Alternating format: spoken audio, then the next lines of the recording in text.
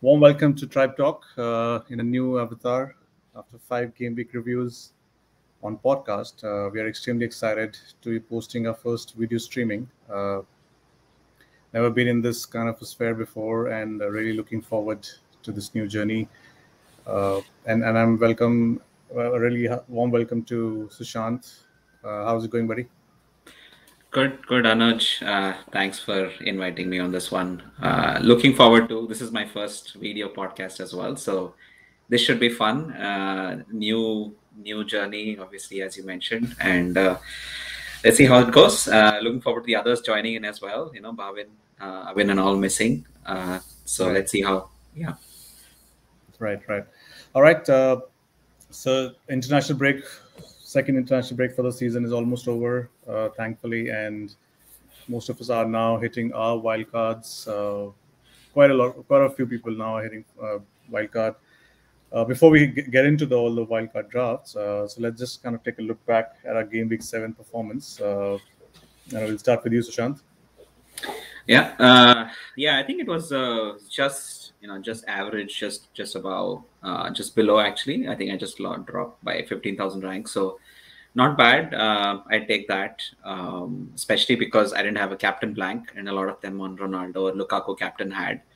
I took a -4, knowing very well that I will be wildcarding in game week 8. So I got in Bruno, I got in Rafinha as well as Loughton. So Trent Right. was injured, and a couple of other things that I wanted to try out. So that's what I did. It was an okay game week. I think there were a couple of hauls like Jimenez, and a couple of others that I missed. Salah returning again, a big haul. Right. Did not expect that. But overall good. I think a decent score. But yeah, had to activate the wild card. I started I think game week 1 at 250,000. Sorry, 50,000, and then dropped to 250. So yeah, looking forward to some green arrows. Now this is the 4th red arrow in a row. So Right. No, it was quite a intriguing game week. I think one of the lowest in terms of the average game week score across the community. I think it was in late 30s, if I'm not wrong. So, getting where Lukaku kind of did not return, Ronaldo did not return. So, Bruno I think Bruno had an assist, yeah, giving you 10 points. So that's in a game week like this, if you can get a 5-point bonus, Yeah. that's and it's ended up for you as a huge thing. yeah. So you got Loughton as well, and you got it for obviously because Burnley was playing Norwich, right? Yeah. I went.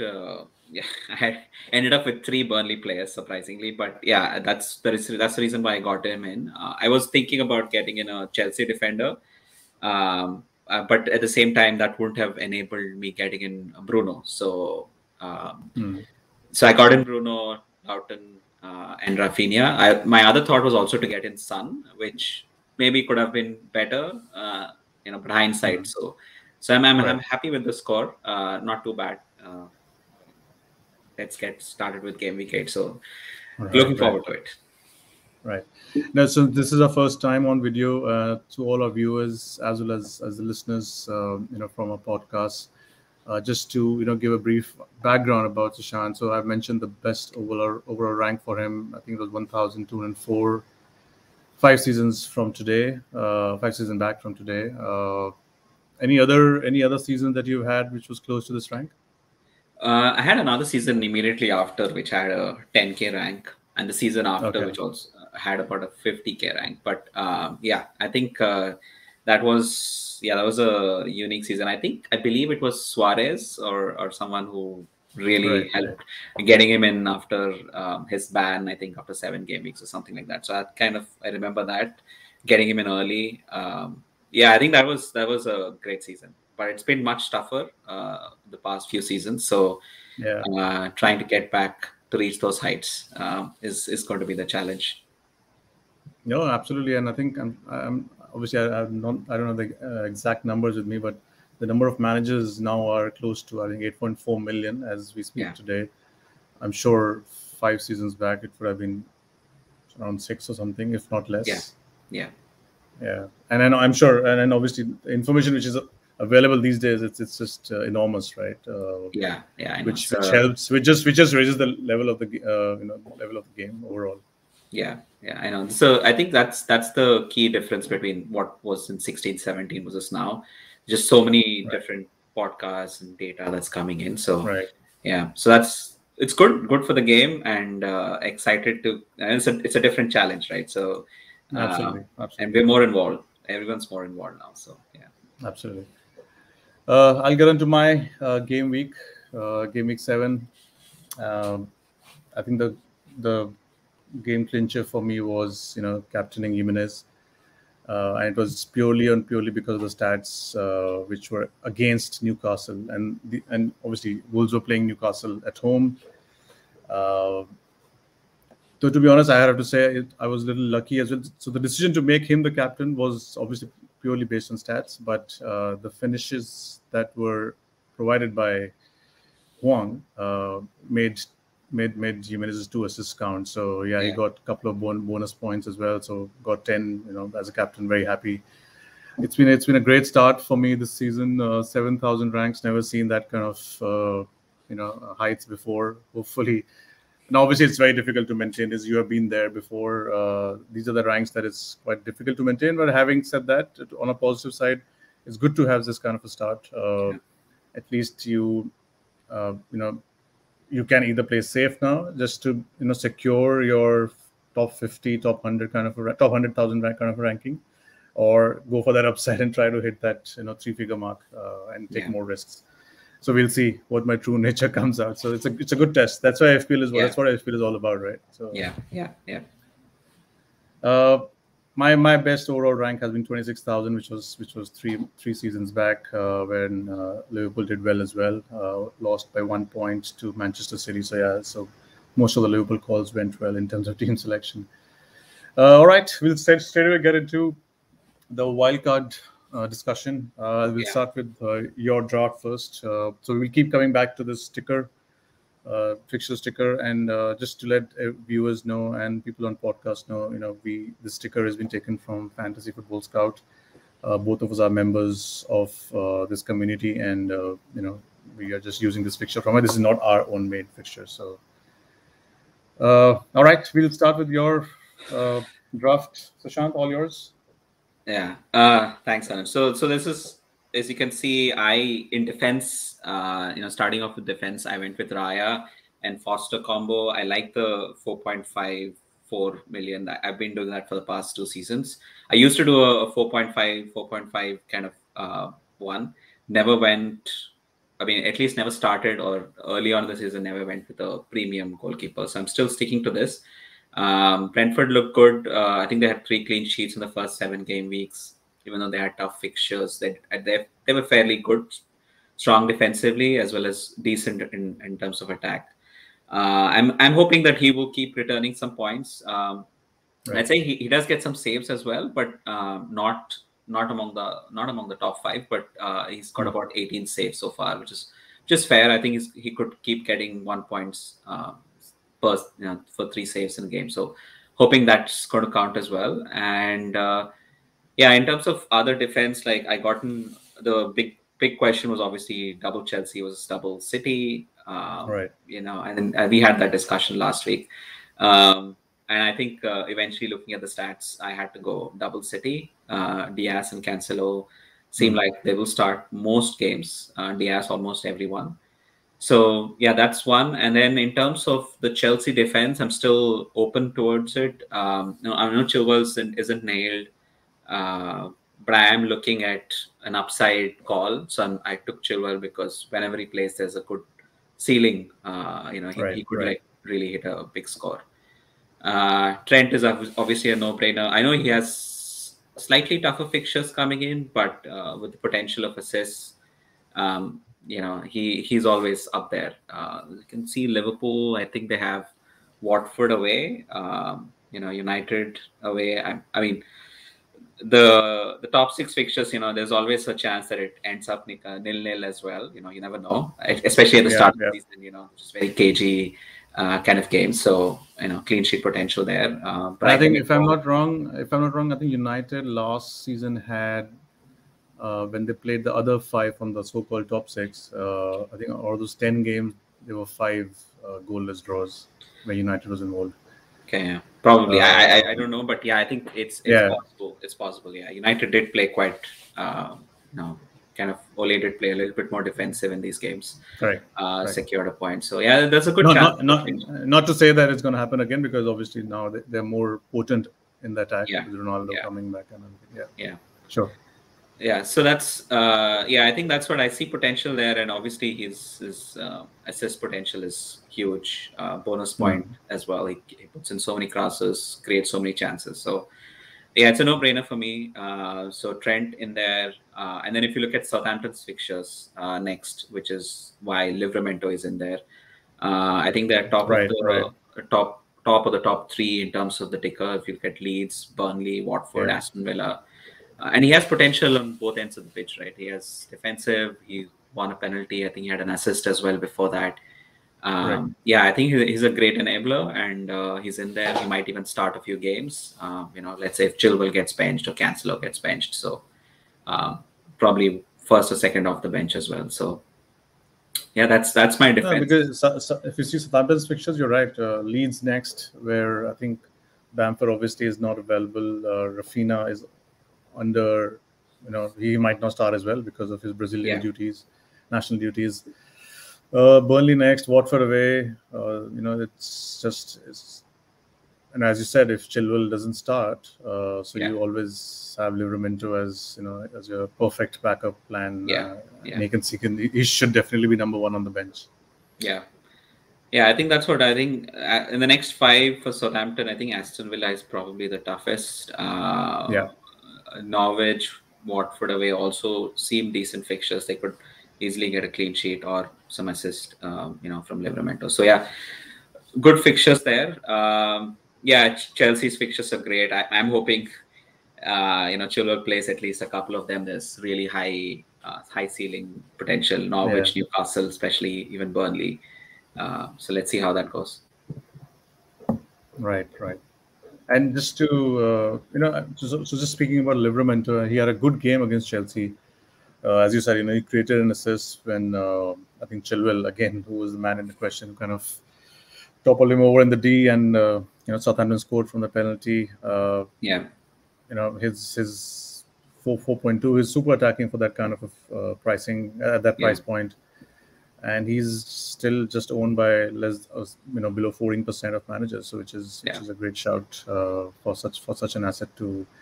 And Southampton has shown in the first 7 game weeks. So if you see the defensive stats, Southampton 4 goals conceded, and when they have the really super tough fixtures, if you can see from the ticker difficulty rank, the last 4 games they were the worst.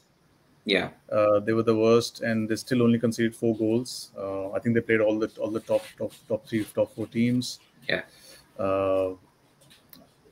Now the only thing is, as you had mentioned last week, that whether how Southampton is going to shape up now, because I just read his interview today on one of their Twitter handles that he said obviously nobody's happy with 4 points from the first 7 games, so we will look to get more points now. So definitely he's going to get more attacking now. So whether he goes defensive or attacking, I think Livramento is the guy, especially at that price point. At that price point, absolutely. I think he's going to be in most wildcards. Him or Duffy, as I think a lot of people have gone for.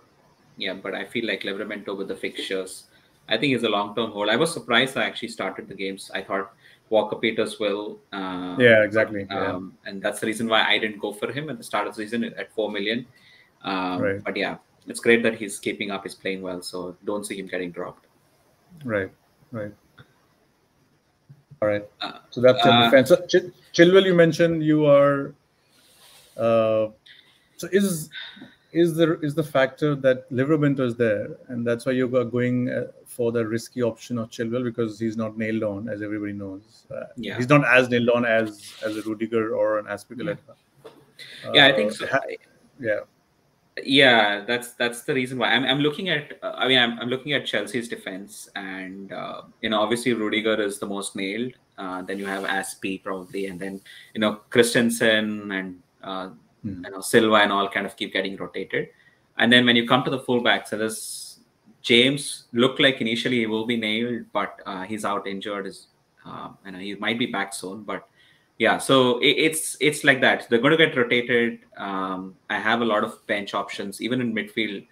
Right now, I'm going to start with four at the back: Chilwell, Diaz, Cancelo, and Trent. And even if Chilwell gets benched, I have someone in midfield or the forward line to come in off the bench.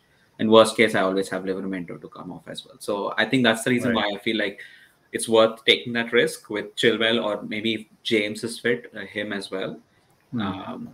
That's what I'm looking at right now. And one of the stats I've read that if Chilwell or Alonso start, they don't get subbed on ever. So it's perfect that way. So it's worth the risk. Absolutely. Makes sense. Yeah. And then coming to midfield, obviously Salah is a no-brainer. If you look at his stats, I think he's in the last four, he's kind of gone even better. I think he's gone like 1 XGI more than Mane, as you can see now, 4.43. I think Mane was actually was on par, or was probably higher than Salah at least a couple of weeks ago. But I think Salah has just pulled ahead, and I think he will continue to do that. So no brainer, everybody should be owning him right now, and also a perfect captaincy option this week. I know it's a early kickoff and a new manager bounce. Hopefully not, but let's see how that goes. Yeah. But Watford, Ranieri coming in, and just on Salah, I think so. Even if you see the next set of two tables, so that's been ranked as per the penalty touches.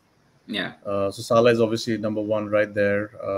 His minutes per goal, it's 90. That means every match he's scoring. Yeah. Minutes per chance is way high. People would be expecting that it's the highest, but if you go down the table, second last Bruno is the highest at 23.7. So just a marginal difference, but but these two are right there, and that really makes me think at times that whether Bruno is not too far away from a haul as well. And his price has been going down, and I think his price is now quite, if not lower, I think it's the same as KDB.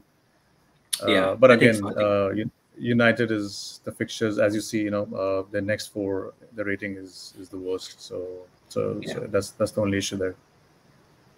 Yeah, I think so. Yeah, I think with a premium asset, you would want good fixtures. I mean, you want to captain them. If you own them, you should have fixtures that you can captain them. So right now, obviously, United is a no because of that. But yeah, Salah, still good fixtures. Couple of game weeks, he can easily be captained. So, yeah, and in terms of if you see Salah's fixture difficulty rank as well, in the last four they were, and this difficulty rank is as per the attacking aspect, and not the overall. So it's the same in the next four as well. So, and now I think slowly he is reaching that stage of that elite category of being fixture proof. Especially after his performance against City.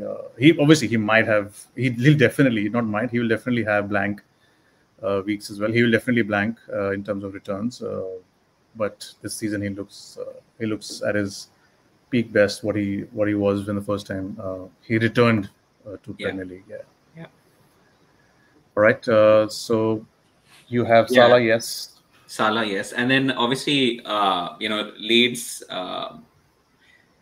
I know they've been not performing as well this season. They're missing Bamford for a few weeks, but still pretty kind of stop-start, not great. Right. They're not creating as good clear-cut chances as they used to. But still, Rafinha at 6.5 feels like great value with the fixtures that they have. If you look at the fixture ticker, I think in terms of overall, they are number one. The next, Leeds is. Yeah, I think that if you look at like Norwich, obviously that plays a huge role. Wolves, Southampton away. If Southampton start playing attacking, it could be a good, attacking like 2-2 or a 3-2. You never know how that game could end. Yeah, I think they have Crystal Palace, Brentford as well at later, game week 14, 15. Tough to say how they will perform. Right. But yeah, I'm hoping that they Rafinha returns, and I think Bamford is not far away. I think he's close to fitness. So if he starts coming back by game week 9 or 10, there's good chance that Rafinha also gets some points. You know, I have this very funny feeling about Leeds, and I think we discussed it offline a couple of days back as well. So Leeds is now at, if I'm not wrong, they're at 16th or 17th in terms of ranking, in terms of the Premier League table. Right. And it's been 7 game weeks now. Yes, they have gone through defensive issues, injury issues as well. Bamford has gone for 2-3 games. He's been away for three weeks. But this is the kind of start that they've had in terms of all things going wrong. They are obviously not looking that potent in terms of attacking as well, because obviously Bamford is not there. Right. A player like Harrison, he had a big say last time. Dallas had a big say last season. Right. But these players are not really, though they're trying their best. I have seen 3 of their matches already out of the 7 game weeks, because as a neutral fan, you love to watch Leeds play. And I think therein lies somewhere that we all have, not we all, but most of us have a soft corner for Leeds, and we want them to do well. Yeah. So we kind of tend to, are we kind of having a bias towards Leeds United just because we love their attacking, football, we love their manager, everything around Leeds, how they've come up, how big they were in the past, and so on and so forth. So I just keep asking myself, how much time are we going to give? How much more time are we going to give Leeds till we just start just writing them off? And Rafinha is 6.5, though he has been in thick of things. He has, I think, given returns on 3 occasions, if not 3 out of 7. Right. Yeah.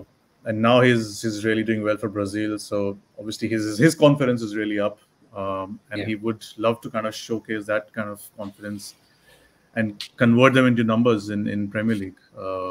But Leeds as a team is totally different from what Brazil is. So what do you think? Is it? Are we? Obviously, the fixtures, as you said, we need to look at the stats obviously in front of us as well, right? Yeah. I think so. I mean, for sure, I think everybody's still expecting Leeds to perform as they used to last season. Yeah. I think also considering there are many factors why everybody's still either going for Rafinha or sticking with Rafinha. I mean, obviously the price point, not too many options around that price point. Right. Plus the hope that they will start getting better. Bamford is coming back. I think their defensive options are also now, most of them are at least fit. I think Llorente played last game as well. Yeah, Llorente played as well. So I think it's possible that they could show a bit more. I think they got their first win under the belt last week, so maybe the confidence. And I think the first clean sheet as well. If I'm not wrong. Yeah, the first clean sheet as well. So I mean, there is. I mean, I think is a chance. But yeah, I think the patience is going to run thin if they don't return in the next 3 or 4. Correct. Because there's a small set of fixtures: Leicester, Tottenham, Brighton. I think if before that we don't see some numbers, you could see people moving away from Rafinha. I'm sure there'll be some others that will pop up by then. So absolutely. Yeah. But you're right. If you see Rafinha's stats as well, in terms of goal involvement versus XGI, he's right there. He's meeting expectations. He's been in the thick of things. Yeah. And if you look at the minutes per chance created, he's just. I mean, he's on par with I think Bruno and Salah, right? So 24.3. Yeah, absolutely. So absolutely. Yeah, I think there's there, and his look, if their next 4 is also, as you can see, ranked 3rd in terms of attack. So I think there's kind of like everything falling into place for Leeds, hopefully. As you mentioned, it's a little bit of a bias as well, but it may be there's something there. So we'll see how it goes. The next 3 is important to see they return something. Yeah. So if you see the top of the ticker, and after the next four as well, they have Tottenham away, which is obviously it's a tough one for them, but still Brighton, Crystal Palace, Brentford. So if you see on this whole 8-game week to 15-game week stretch is what I'm sure most of the Leeds fans would have been waiting for, and to start changing their fortune around in terms of how the season has started. Yeah, and then obviously Mbuemo, when we look at his stats, he's been quite excellent. I mean, exceptional, I think, in terms of their attack. Tony being more of a creative player, and Mbuemo going into attack. I think he's, as you can see, he's top 5, especially with the fixtures that they had in the last 4. You can see the difficulty there. 15. That's really, really good. Correct. And he's actually underperformed. I think he's missed a big chance somewhere. Slightly underperformed. There's definite at 5.5. I feel like he should be part of every wildcard team with the fixtures that they are coming up. Right. I think they have Chelsea next, but Leicester is not performing as well. And then after that, Burnley, Norwich, Newcastle, exceptional fixtures. Everton at home also. I mean, there's a possibility. Tottenham away maybe slightly difficult, but Leeds away, again, Leeds defensively, there's still a chance there. So yeah, I think they're decent fixtures, long-term hold, I feel. 5.5, obviously you can bench him if he's, if Brentford start falling off, in terms of their performance. Yeah, I think that's what I look at him, and he's definitely in my wild card. Not going anywhere. Just continuing on that whole Leeds discussion and how Leeds did fare in the last season. I think Brentford might just be the Leeds of this season. Yeah. I know what you're saying. If you see the teams, look at the offensive stats as well. So yeah, 7 goals scored, which is I think the second highest. This is obviously the last 4 fixtures. Second highest number of goals scored, tied with United. So they have. It's not too much of an outperformance, but yes, it's marginal. Yeah. And this, as you said, the fixtures. Obviously, the next one is Chelsea. But after that, I think they love to take on the other attacking teams. The one game where they did not score was the second game week, which was Crystal Palace away. That was Vieira's first game at home, and I think Crystal Palace had lost in the first game week to Chelsea 3-0, and Vieira obviously wanted to, he was making his debut in terms of his home crowd, in front of his home crowd, and obviously he didn't want to lose that game. So I think Crystal Palace was really dogged there in terms of defense. But so that's the only game where Brentford hasn't scored till now. And I think apart from that, they love to take on teams which are attacking, and that's why I don't think Chelsea is really guaranteed a clean sheet next game as well. Yeah, sure. I mean, for sure, I think Chelsea is going to attack. I'm planning to start with Mbuemo against Chelsea as well. Right. I see that's a good chance to do that, because Rafinha is going to miss out that game. Most probably. Yeah. So there's a good chance. So I might still start with Mbuemo. I'm still thinking about that. And then coming to my 5th midfielder, which is still undecided. I do like Son, especially because he's the Spurs talisman right now. I think he's got 42 points already, which is excellent considering Spurs in general have been really pathetic. I mean, if you look at their team offensive stats, they're at 19th. Of course, they had fairly difficult, but I mean, it's actually gets much more difficult the next 4. So, the fixtures. I think in terms of overall, so next obviously is a one way they should definitely go for 3 points. But after that, it's West Ham away, United home, Everton. So those 3 do look tough on paper, but these are the 3 teams who are have seen a dip in their performances. Not that much for Everton, but for United and West Ham, there is a dip in the performance. They have been leaking goals. United is has got a big blow in terms of Varane and Maguire not being there. Yeah. I don't know. Obviously, it's game week 10. It might still has time, but I think Varane, it looks like that he's out for a few weeks.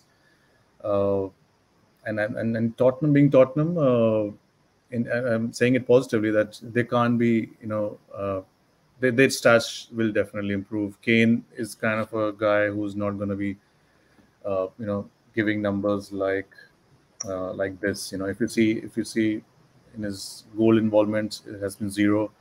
His XGI obviously has been 1.1. Obviously, he did not start the first 2 or 3 games. But Kane is going to come to the party very, very soon. I think maybe the next match against Newcastle might be the one. Yeah, I know he does like Newcastle. I mean, he scored, I think, brace last time out when they played them. So he's going to come in. I think Spurs definitely stats will improve. I know the next 4 are tough. So I'm still debating whether Son in right now or in game week 12 because they have great fixtures from game week 12. Even though the next 4, as you mentioned, Newcastle is great fixture. West Ham still do concede. Everton, Spurs also was always been a little bit more, 3+ goals in the game. Correct. So it's always a chance that Spurs involvement is there. So, but yeah, I mean, whether Son is worth it for the next 4, or is he good starting from game week 12? It's still a decision to make. Right now, he's in my team, and there are other options to consider. Obviously, City midfielders, City attackers, right? So if we talk about City attackers, what is your thoughts, Anuj, on City attack? We get on to my team as well. My draft, I have Son myself. But I think the news coming in yesterday about Torres now injured makes it a little bit easier for us as in managers to really now get into that act of picking up more confidently one of the City attackers. Otherwise, everybody was till now going for a double defense. Yeah. But if you see, I think now Torres being out, what I feel is I think Foden's chances look much more solid. Yeah, I think so too. I mean, Foden, obviously he missed the first 4 or 5 game weeks due to injury. He just came back and then he started games. There will still be rotation for sure. I don't see Foden starting all the games, but even if he gets like 2 games out of 3, I think there's a high ceiling with them. I mean, they have Burnley next. They've already scored 5 in 2 games this season against Norwich and Arsenal. So I mean, they always have that, City. I mean, we're always looking for a City attacker if we suddenly find someone starting game. So that's what Burnley, Crystal Palace, Brighton.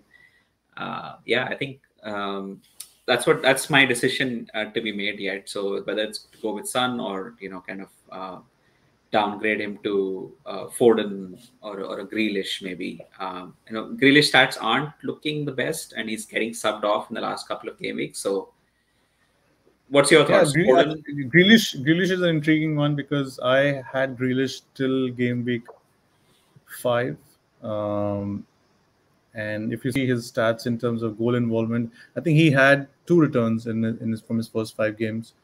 Right. Now. Not first 5. I think first 3, if I'm not wrong. Yeah. Now, obviously, this is from game week 4 to 7 stats. 0 goal involvement. XGI obviously shows around 1.46. So he's been underperforming. Their fixture rank was 19 because they played City and they played Chelsea and Liverpool. Right. Now, if you see his penalty touches, he's right up there in top 3. So, and this is we're talking about from the last, third highest penalty touches with 0 goal involvement, and every chance in every 47 minutes is everybody thought that yes, Grealish is the one who's going to answer all our prayers in terms of getting a City attacker, but he was playing all 90 minutes as well till last game when he was subbed off against Liverpool. I think around 64th, 65th minute. Yeah. Now I'm not sure whether he's the one. His price has fallen as well. He's 7.9 now. Not confident going back to him. Yeah, it's tough to go for him right now, especially with Foden looking really good. both in the international game week as well, and for City in the last couple of weeks. So yeah, at the same price as well. Both of them are the same price. So exactly the same. Yeah. So definitely going for Foden.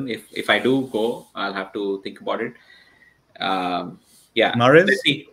Mahrez, I think what I've seen this season, it's very strange. I think Mahrez, everybody thought he was going to start the season, and then he played 70 minutes against Spurs, and then he didn't play the next. I mean, he didn't start the next game. Didn't even get subbed on.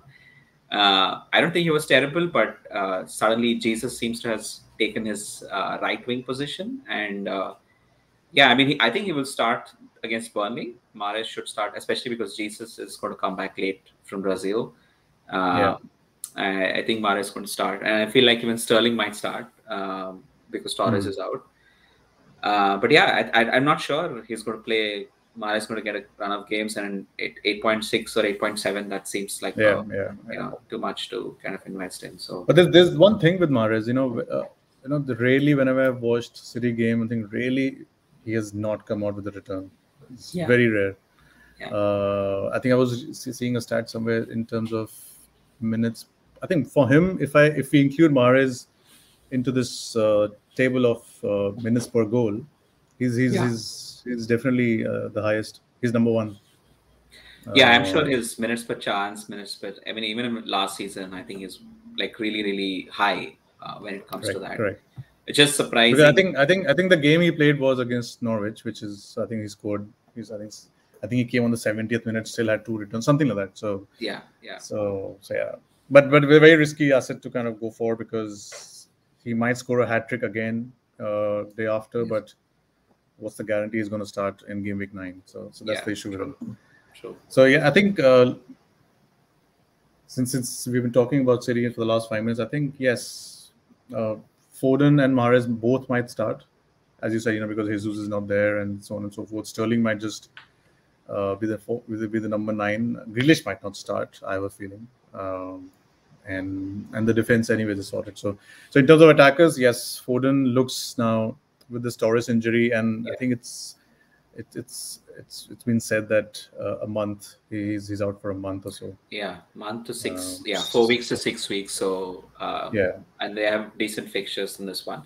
I'm considering Foden as well, but just wondering whether it's going to be Foden or Grealish. I feel like Sterling and Mahrez are, especially Burnley at home, they're going to get some minutes there. Let's see how that goes. But if anyone's getting in Foden, I think he's a good pick, and good pick for a long term. Even if he doesn't play a few games, he has. Even if he comes on for 30 minutes, I think he has potential to get some points there as well. So maybe armband as well. Let's see. That's that. And then forwards, Lukaku, obviously great fixtures, slightly underperforming his stats, I think last week at least, and I think he missed a glorious chance. Happy that I didn't have him. A lot of very lucky very lucky there. So but I think great fixtures, captainable for the next, I think 3 out of the next 4, so he's in there. Huang, I know he's looked good. I think I think what you mentioned, right? The last game week, he actually had scored 2 goals for an XG of 0.34. So it's very low. I think his finishing was top notch. I mean, fixtures are there. I think until game week 14 or 15, they have great fixtures, and he's actually outperformed Jimenez in XG. Jimenez, yes, absolutely. So looking at the fixtures. Again, Villa away, Leeds away, Everton home. So only Liverpool at game week 15. And we're talking about Wolves also, right? So Wolves is they've started playing again under the new manager now. They're more established. They're more confident. And to be honest, you have to give it to Bruno as well, as in the coach Bruno Lage as well, that he started with the Traore, and though Traore literally was on fire in terms of everything else apart from scoring, but but the coach kind of stepped in and he said, okay, he might be doing everything good but not scoring, so that's not cutting it for me, and so I need to bench him. And then he started getting in Wong, and I think Wong has straight away kind of paid off that decision for his manager. Yeah. So if you see his stats as well, almost similar to Jimenez. Wong's. And as we discussed last week, I think Jimenez's role has also changed a bit. Yeah, I know. So if you look at even the penalty touches, Hong had 17 penalty touches with almost half the game time as Jimenez was just 18. Exactly. Yeah. That's a big difference there. Yeah. So Hong is definitely now the number 9 for Wolves. For Wolves, yeah. For Wolves, and I think Jimenez. I'm not sure why that change has been made by the manager. Maybe it's because of his head injury that he's not too confident about. Not sure. He is not still. Whenever Wolves has a corner, he's still not very confidently going for those headers. Probably. A couple of games I've seen him avoiding the headers as well. So because he's still wearing that band of his. So maybe that's right. So but we're not sure about it. So yes, Hwang is a great call out. Looking at Wolves pictures as well. Armstrong. Armstrong is obviously another punt. And obviously he's nowhere close to in terms of stats. It's just a pure fixture play. Southampton's offensive stats, they did underperform, as you can see. Like they had a 3.63 XGI, and then they did I think the only goal they scored was the penalty. I think the penalty, right? Exactly, against Chelsea. So I think they have chances. They create. Now, obviously, Ward-Prowse is missing. Adams is also probably missing, so we don't know. Yeah. So in Ralph's interview, he said that Jay Adams is not fit for the next game week. So supply might be an issue. Though I think Stuart Armstrong might be back, so he's like a huge player for them. But again, you can't replace Ward-Prowse. I mean that's there, but I think Ward-Prowse should be back in 3 game weeks time. So I think they still have good fixtures. I think the next 6 are great. And as we just spoke about, I think he's going to go a bit more attacking. He wants to get some points. So I'm hoping, there's right now only Adam Armstrong who could get some points, an assist or a goal. So happy to own him. Obviously risky not to go with Antonio, but I am considering that too. But if I move out of Son, then you never know. I could go back to Antonio for that one. No, so we'll just touch base on Adam Armstrong once again. His penalty touches 17, obviously because of the fixtures that Southampton had. To be honest, 17 touches playing against teams like Chelsea and the kind of fixtures they've had is still decent. Minute per chance 31 is still, I think he falls in top 5 if I'm not wrong. As in he's still right there. Again, I think everything boils down to who's gonna supply now. Yes, obviously Livramento is there. He'll be crossing in. But he needs some solid midfielder as well. I wonder who's on penalties in the absence of Ward-Prowse. Maybe if he is, then I think definitely. Else, because Ward-Prowse, I think when Ward-Prowse was not taking it last season, it was Højbjerg. Højbjerg went to Tottenham in 19. Yeah, he went last season. So I don't know, because I think there's one stat, right? Ward-Prowse hasn't not missed a game since 2018 December or something like that. So it's been a long time. It's the first, so he's kind of missed out on that because of the red card. Otherwise he wouldn't have been. Maybe there was 1 or 2 occasions where someone else took this fixtures in maybe a Carabao Cup or whatever. But I don't know who's going to pick that. Ings was there, right, last season. So yes, of course. I think maybe Ings, in case Ward-Prowse doesn't take, maybe. We don't know. Let's see. It might be Armstrong as well. So right. All right, interesting. If how much do you have in the bank right now? Right now, this is 0.0. Okay. But I have some options. Like I could get in like Ramsdale. I mean, I have Ramsdale in my team. This is not finalized. So he was at 4.5. I got him at 4.5 before his price rise to 4.6. So saves the 0.1 there and 0.1 here. So let's see if that helps. You know, I could maybe push Armstrong to Tony if I want to. That's a no. Maybe Tony is 6.4 now, so he might be out of my reach as well. But yeah, I I think think it's 6.3, 6.4. Yeah. for me the decision is: do I go for a City midfielder, and you know, where do I invest that funds in attack? Maybe get Antonio. Yeah, that's still up for decision. So I'm thinking about it. So I'll cover Antonio because I'm still sticking with him. Not too much of a difference from your team. It's just that I do not have any double. I'm not going for double City or Chelsea right now. Funnily, I have a double Brighton defense. So I'm sticking with Trent as you are. Ruben Diaz, Chilwell, Rivento. My fifth defender is Duffy right now, who just I think whose price just rose this morning, so he's at 4.4 right now. Hey, I'll come back to him. Otherwise, my thinking for Son is the same. Spurs have looked. They have played as well below par, and Son has still been giving points. And he's the talisman. Salah right now is at I think 70 FPL points. Obviously, he's in a different league. In midfielder, the second highest is 47 or 48, and Son is still kind of around 6-7 at 42 points. Very, very quietly, he's doing his business in spite of the fact that everybody's thinking Spurs is having a really, really torrid season, in spite of no goal involvement from Kane. Yeah. So that's so I think that these are all the stats which I am trying to give myself in form of a confirmation bias here. In spite of the fact that the fixtures they are on number 19 in terms of the next 4 fixtures, but this Torres injury has now kind of making me weak on my knees, and I have to kind of admit I'll have to kind of rethink now.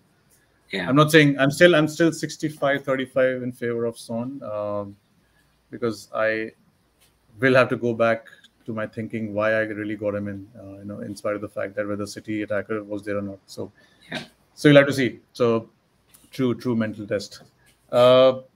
Sticking with Rafinha, Salah, Son, going for Huang. Don't get mistaken by the armband there. It's just I haven't changed it. Antonio is a interesting one, because if you see West Ham's offensive stats last 4 game weeks, I think first 3 game weeks they were, whether it was West Ham, whether it was Benrahma, whether it was Antonio, I think they were all topping the charts. Yeah. Now, obviously, in the last 4 game weeks, they have hit a wall. They have been underperforming. XGS of 5.8 to only 4 goals scored. They had a goalless draw, obviously, against Southampton at home, and the next 4 fixtures don't look really good as well. And so they over here it shows at 19, but this is overall. Right. So Everton, Tottenham, Villa, Liverpool, Wolves, City, Brighton is the only one which is all right. But and now we are entering October now. We're entering the winters as well. Yeah. The all the European competition will be now thick and fast. Benrahma is playing 90 minutes. He just played 90 minutes in Europa as well as Premier League. Yeah. And I think they don't have a proper backup striker for Antonio as well. Yeah. So agreed. I think especially they are in a good position to qualify for the knockout. So I see. They won both the games still now. Yeah. I see Moyes playing a strong side for at least the next 2 or 3 of their fixtures in the Europa to ensure that they qualify. So seeing that and looking at the fixtures, he said Everton away, Aston Villa away, Spurs, Liverpool, next 4 don't look that great. So I don't see a huge upside with Antonio. And also, if you consider like in the first 3 fixtures, they scored 4 against Leicester. When they had a man sent off, then they scored 4 against Newcastle. Yeah, I think they're going to struggle a bit. West Ham. I think they're still playing well. I mean, Brentford last game, I saw them attack pretty well in the second half, but I don't see too many goals coming in the next four. So maybe a goal and an assist at best for Antonio in the next four. And that's the reason why I feel like Armstrong could match him, or someone else, Huang could match him as well. My only consideration for dropping Antonio will be in favor of, I think, Tony. Somehow, I think I'll still have to kind of wait and watch how Southampton really kind of attacks now. Right. And they are playing. Who are they playing? They're playing Leeds, which is not an easy game. But yes, Leeds obviously have leaked a lot of goals. But as we discussed like 15-20 minutes back, that the defense, the main defenders are coming back into the fray. Right. And it might, and it's the onus is on Southampton now to get 3 points, as clearly the coach has just mentioned earlier this morning that we are not happy with 4 points out of 7 games.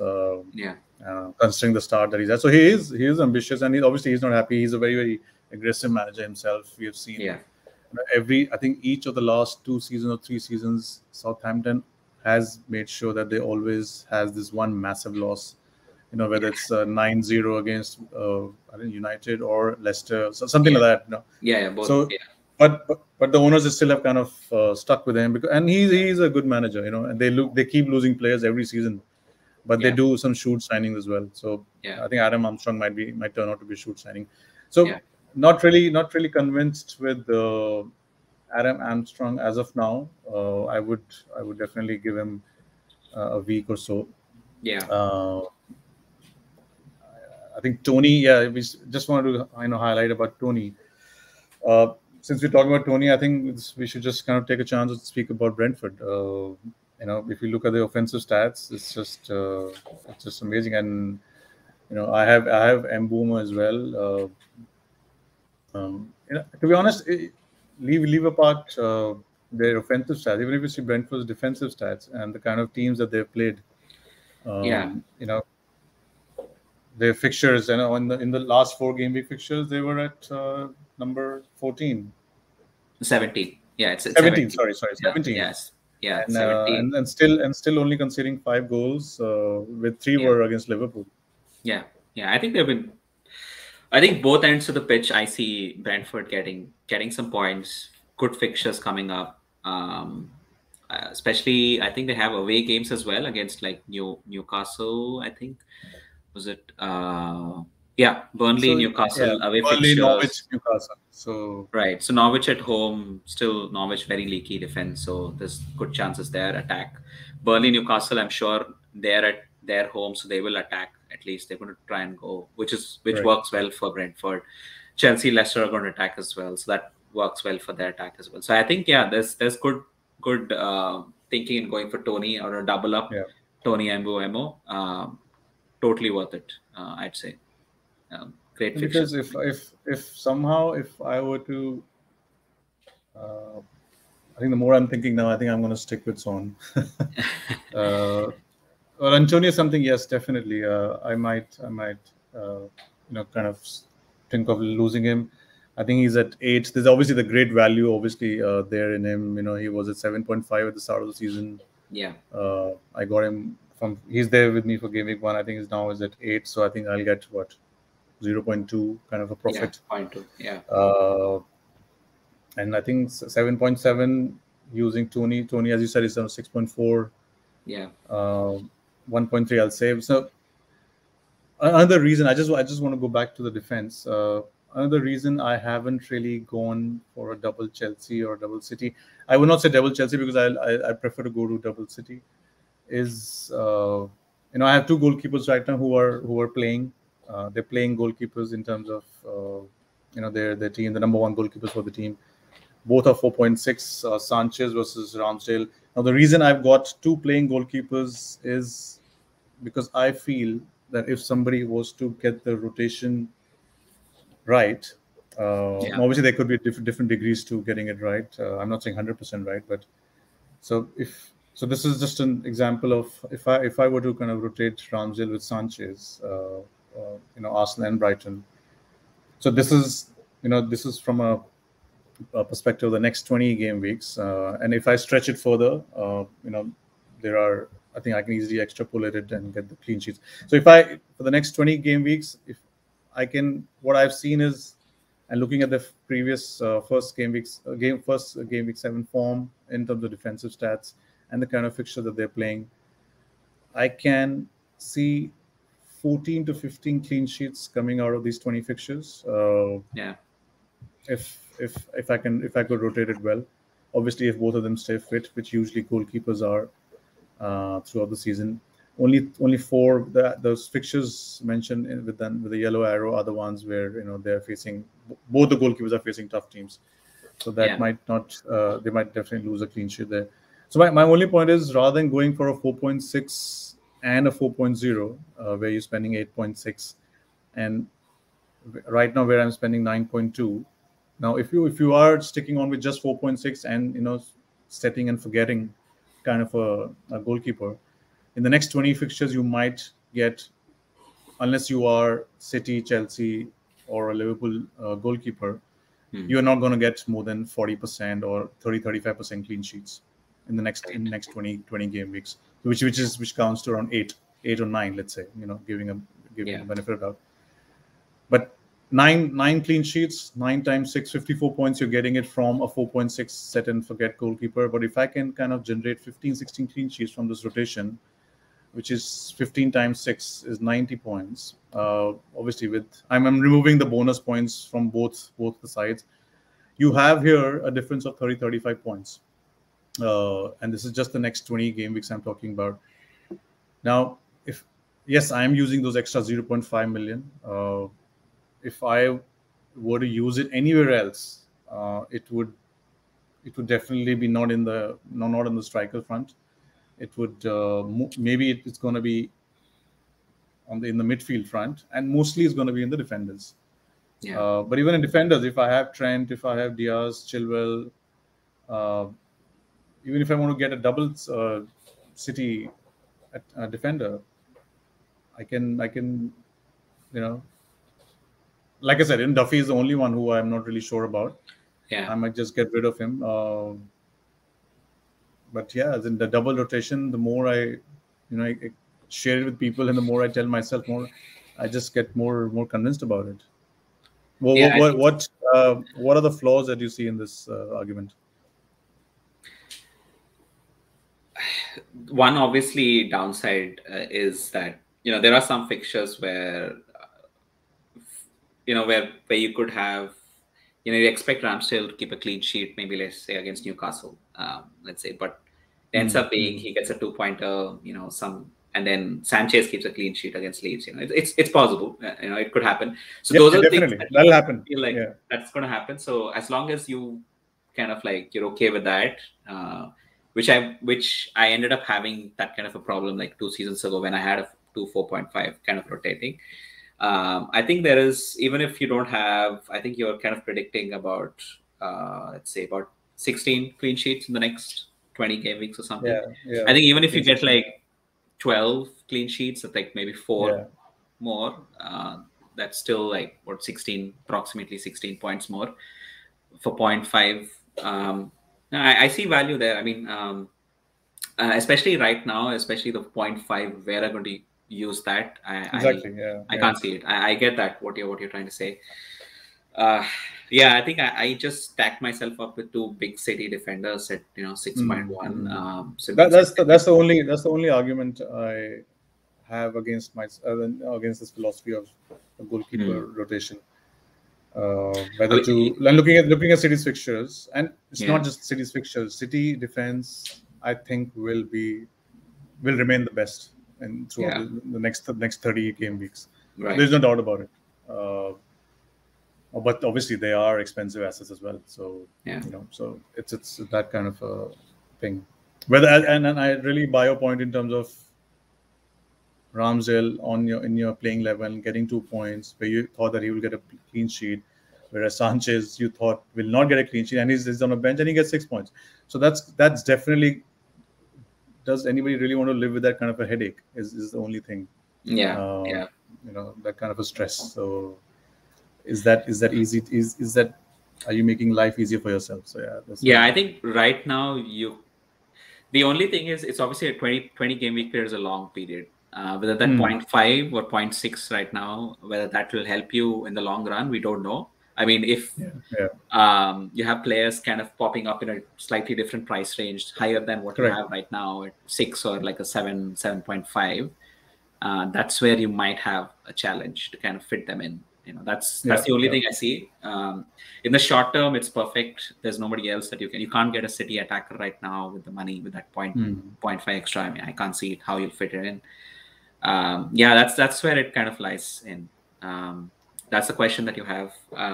Still about 16 points, which is decent, I think, for the 0.5 additional.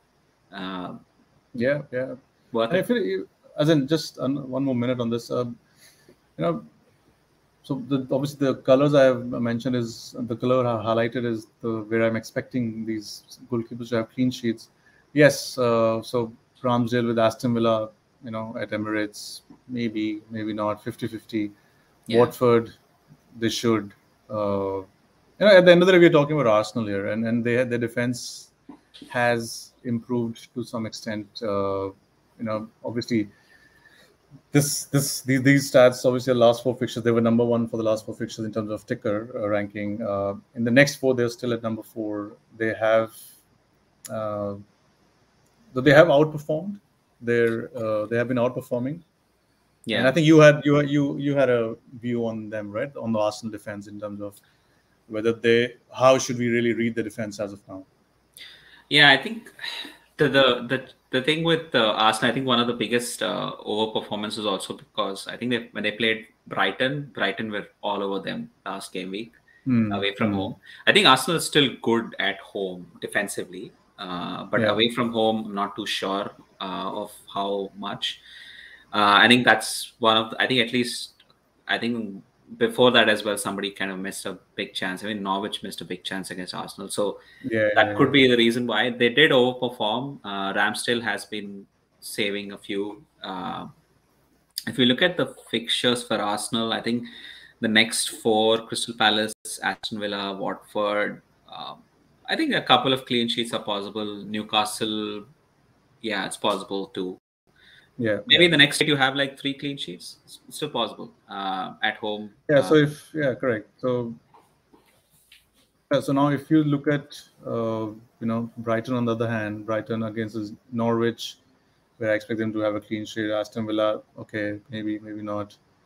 Southampton away. Like I said, I'm not ready to convince about Southampton's attack. Wolves home, maybe a tough one. So, what I'm trying to say is in this slide that I've made, there is not even a single team from top 8 or top 9. Maybe Leicester is here and there. Obviously, Leicester is the colors where I've highlighted it. There's not even a single team which is from 6 or 7, top 6, 7. So so it's just this thought process which I might go with. And another point is, yes, everybody's talking about Raya 4.6. As you mentioned in the beginning, you have had Raya from day one. No, I don't. I had Sanchez, so I am actually moving away from Sanchez now. Yeah. I think my biggest concern with Sanchez, I mean, I know Brighton's good. I think it's definitely worth owning a Brighton asset for sure. Their defense is still great. I had Weltman.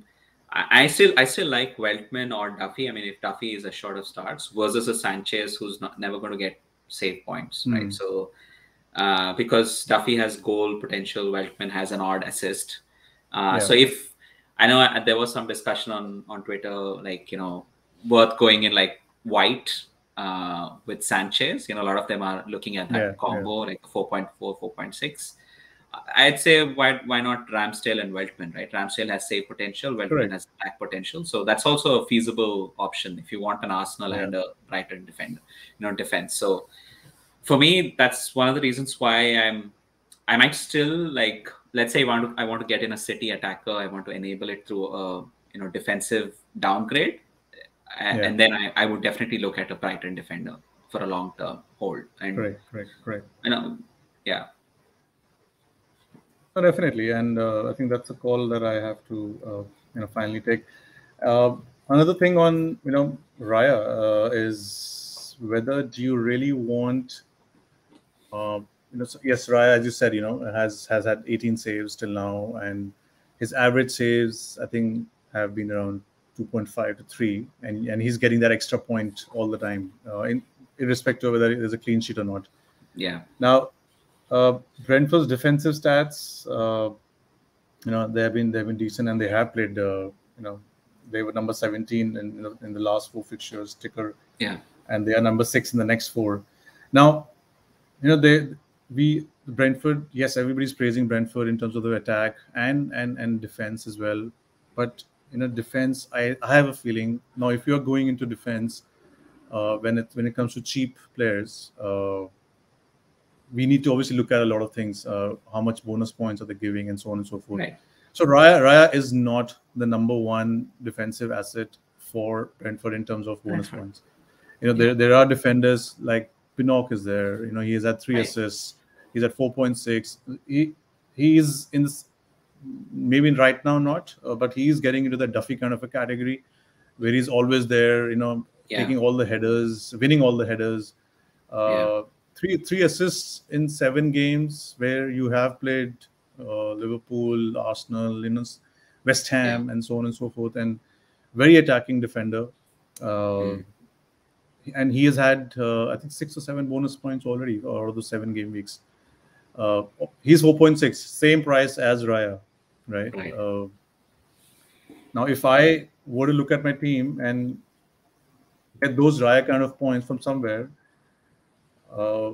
Duffy is at 4.4 and Pinnock is at 4.6. Yes, right now I only have 0.1 in the bank. Yeah. Why Pinnock looks really solid. The only other thing is that whether you really want to hold. If I want to get Tony from game week 9, 3 Brentford assets. There's nothing wrong in it, but that'll be like quite a different team. Yeah. No, I get it, and I've been reading about that as well, just to see clearly. I think someone put a thread out as well that the best asset is one of their defenders. It's not Raya from a defensive standpoint. Right. It's like I'm confused in terms of like Sanchez, Raya, Ramsdale. I've been like playing around with that combination. Right now, my team structure is such that I cannot get in a Brentford defender unless I drop one of Diaz. I'm going to have Trent for sure. Yeah, correct. Your defense, to be honest, you got 4 biggies there. So yeah, and you're happy with Foster. Yeah, unless I go without, let's say, Diaz or probably Diaz or Cancelo, maybe Diaz. And I get a Pinnock, for example, then I could go Raya to, Ramsdale or Sanchez, or even other options like Guaita and like 4.5. Yeah. I think Guaita is another one. Yeah, he's had good number of saves as well. Correct. So there's another option as well. And maybe you can might upgrade one of his strikers as well. So. Yeah, that's I do like Huang and Lukaku and Armstrong. I don't know. I feel like punting on him. So it's a difficult call. So whether I should upgrade that or keep 4 defense, still thoughts on it. Let's see if I'm able to. I think my whole decision will lie around getting in City attacker. If I make up my mind in the next couple of days to get a City attacker, I might downgrade one of Diaz.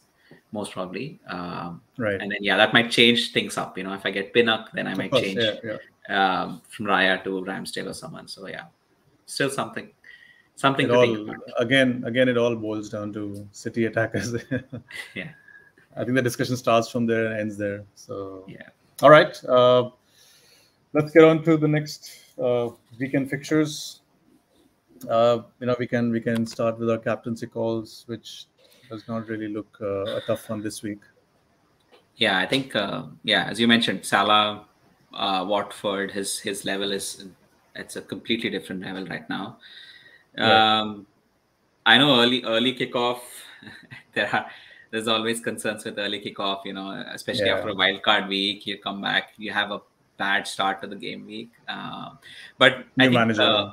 new manager effect as well. So there's a chance that Salah doesn't return. But the other side is that I think almost like huge percentage of them is going to captain him. Salah for sure. Yeah. 60% plus own him. I'm sure at least 70% of those will captain him. Absolutely. So we should be fine. I think I don't see, even if he kind of doesn't perform, I don't see a rank drop, even if you kind of captain him. So Yeah, exactly. Because you have to captain someone from that perspective as well. What's the ownership and what's the effective ownership, and how, if it backfires, how much is going to really affect you if you don't make him the captain, or if you make him the captain. Any other candidates which really kind of come out? Obviously, Newcastle Spurs is a good fixture. Son definitely stands out there. Man City. Yeah, currently since he's in our team, yes, definitely. Yeah, for sure. We kind of hope that Newcastle have been anyway attacking, conceding a lot of chances. So it's going to be probably an end-to-end kind of a game. You never know. It's good. I'll go back to Newcastle's offensive stats. It's not really. Yeah, they are kind of mid-table. They're better than Leeds. Yeah, right? They're better than Leeds, better than Villa. Yeah.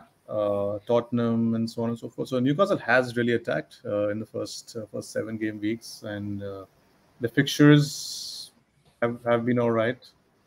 Yeah. If you see the Saint Maximin's kind of his stats is his 3 goals, penalty touches, his right, the number 4. Minutes per chance, 33. Every 33 minutes, he's creating a chance. Though there is Joe Linton as well, but obviously he hasn't scored any goals.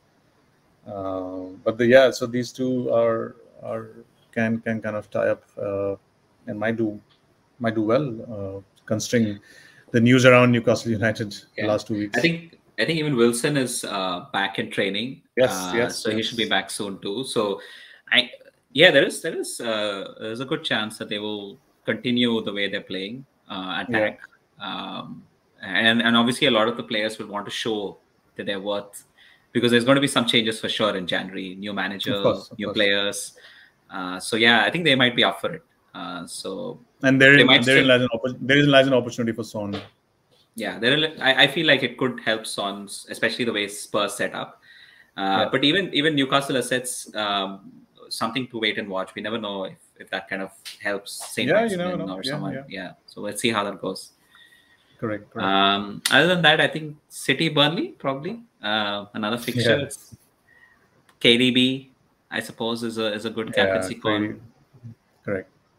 Yeah, like we just touched upon, KDB versus Bruno, same price now. KDB obviously hasn't. He had a decent game against Liverpool. Somebody wants to have a differential captain. KDB, why not? Yeah. I mean, he's the one amongst the midfield who looks surely he's going to start. Yeah, I think he didn't start the second game for Belgium as well, so he's well rested. Foden played both the games for England. Grealish didn't play both, but he's not worth the captaincy. Jesus is going to come back late. I see KDB starting, and then Mahrez obviously likely to start, and he's also worth the captaincy shout. But unless you really want to chase upside like crazy, it's a tough one to kind of get him in and then true. captain him. The game which I'm kind of on the captaincy thing, yes, Salah is definitely I think one of the only game weeks in the last 7 game weeks where I think I'm going to leave the armband on him tomorrow itself, and not get really worried before the kickoff or the deadline. The one game which I'm really looking forward to is Brentford Chelsea, because this is the game. I think even if Brentford doesn't play well, the stats which they've had till now is not really gonna convince me to go and not to not really go for the Tonys and the Pinnocks of the world that I'm really looking at Game Week 9, starting Game Week 9. So that's one game which I'm again. Brentford is playing at home. They have been devastating at home. Arsenal 2 goals, Liverpool 3 goals. Yeah. So even Everton versus West Ham. I don't think we'll see a clean sheet here. Yeah. But so the good games. Any bold prediction from you? Any out of the ordinary? I think Norwich is going to take points out of Brighton, maybe even win the game. So I don't. I just I think they had the first points last week, right? They got a 0-0 draw against Burnley away. Yeah. Burnley, yeah. And I'm yet to check this, but I think Norwich beat Brighton when they played them a couple of seasons ago. Brighton have these odd results. I have a feeling Norwich is going to surprise them. I know it's not good for your goalkeeper selection, but so Duffy is the one I'm looking at. So Norwich, just the last few words on Norwich. Obviously, offensively they haven't really looked good. They're right at the bottom. But I just want to get attention on Pukki in terms of his penalty touches, right? So if you see his last 4 fixtures, his penalty touches are third highest. He's at third highest. Obviously, there have not been any goals, so the minutes per goal stat is every 350 minutes he's scoring. I think he's only scored 1 goal, if I'm not wrong. He scored 1. Yeah. Minutes per chance, 39 minutes is still not bad. Still better than the likes of Ings and even Lukaku. I just noticed that Lukaku's at 51 per chance. He's at 51 minutes. He hasn't scored in I think the last 2 or 3 games himself. So your prediction. I hope it doesn't come true, but I hope it's a 0-0 or a 0-1 with a goal from Duffy. Let's see how that goes. They do. They need to kind of get some points in. So I'm wondering. Oh, definitely, yes. If this is going to be the game, they finally kind of open their account from a win. So let's see how that goes. Any bold prediction for me would be, I think Aston Villa. We didn't really touch base upon Aston Villa. I think we're going to do it next week because the fixtures are also turning pretty in favor of them. They looked very nice. In fact, let me go to their offensive stats. Aston Villa is obviously at 12th or 13th because of the fixtures were, I think, at number 19. And the next 4 fixtures are still much better. Yeah. If you see Watkins, his penalty touches, he's in top 6, top 7. Yeah. He's creating a chance every 33 minutes. Ings is creating a chance every 82 minutes. So definitely Watkins is the go-to man in terms of Aston Villa. Aston Villa has looked more attacking. I think they had a very good game against Spurs, though they I think lost 2-1. No, sorry. They lost, right? They lost 2-1. They have now started looking much more settled since the day. I think they had a few injuries as well. Ings looks a little off, but I don't think, looking at the last 2-3 game weeks performance, Ings really is not really instrumental. He doesn't look to be the talisman as of now. I think Watkins is the guy. I think even against the game against United where they won, I think Watkins could have had a goal involvement. I think 1 or 2 goal involvements. So I think my bold prediction would be Aston Villa, easily winning against Wolves. Obviously, it's not that bold, but I think Aston Villa now are going to kind of establish themselves back again. And they had a super last season as well. So, without Grealish, I was not expecting them to, show these kind of attacking stats. So that's going to be one good game. Any upsets? I don't see any upsets. I think Southampton leads without Raphinha and Bamford. I think that's going to be a goalless draw match. So that's my only pinpoint prediction. Otherwise, I see goals in every match. Yeah, I think so. Yeah, Everton West Ham should too. Yeah, Arsenal, Crystal Palace.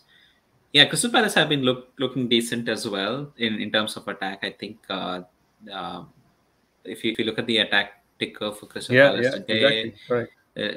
yeah, I think they look at that sixth there, right? 6.1 XGI. Yeah. They had, yeah, I mean they had good fixtures for sure. But yeah, I feel like they could do pretty well. So there could be goals in that one as well. I'm not sure if Arsenal are going to keep a clean sheet on that one. So let's see. Hmm. I think It's a tough one to call. Yeah. the two midfielders that they have obviously are Gallagher and Zaha, and Yeah. I think most of the goal involvements are going to come from there. Obviously, they have Edward as well as a striker, and I think Yeah. there's one more midfielder, if I'm not wrong. I think who's now started playing, coming from the bench. Yeah, I think there's Olis or someone who's Right, taking right, some right, free kicks off of Gallagher corners or something like that. So right. worth keeping them in mind to see how they're performing. I think there'll be a set of fixtures where they'll have a good run. So Zaha has always done well against, like, some you get like a set of fixtures as a great player. It always seems like it goes under the radar and suddenly he pops up with a couple of goal involvements here and Yeah, there. as in So he's been consistently as in generating FPL points for the last 4 5 yeah. seasons, Yeah, in if you look spite at of the if you look at the next fixtures, you can see Newcastle at home, Wolves at home, Burnley away, Burnley away. Yeah, Leeds away as well. Yeah, I mean there could be can be returns there. correct. Definitely And I worth. think he's 6.9, same as Torres. Obviously, a little more expensive than Rafinha. Yeah, Gallagher is 5.7, but I don't see. I'm totally sold on Mbuemo. I'm not getting Gallagher. Mbuemo stats yeah, are just way above, way yeah, and way much better than Gallagher's. yeah. True. All right, this has been a lovely discussion. Yeah, I think this Taurus news has really the next 24 hours are going to be really a big headache. So yeah. let's I know. see. Yeah, I'm going to be sitting and tinkering as well to see how I can fit in Foden. Foden is like at that price point was like, I don't want to downgrade Son to Yeah, Foden, but I may have to. So let's see how the next 24 hours go. correct. And obviously the press conference has come out tomorrow. Though, anyways, Pep never kind of reveals Yeah. what he's going to do. So yeah. All right. Thanks for your Okay. time, Sushant. I'll see Yeah. you next week. Yeah. See you for Thanks, sure buddy. next Thank you. week. See you. See ya. Bye. Bye.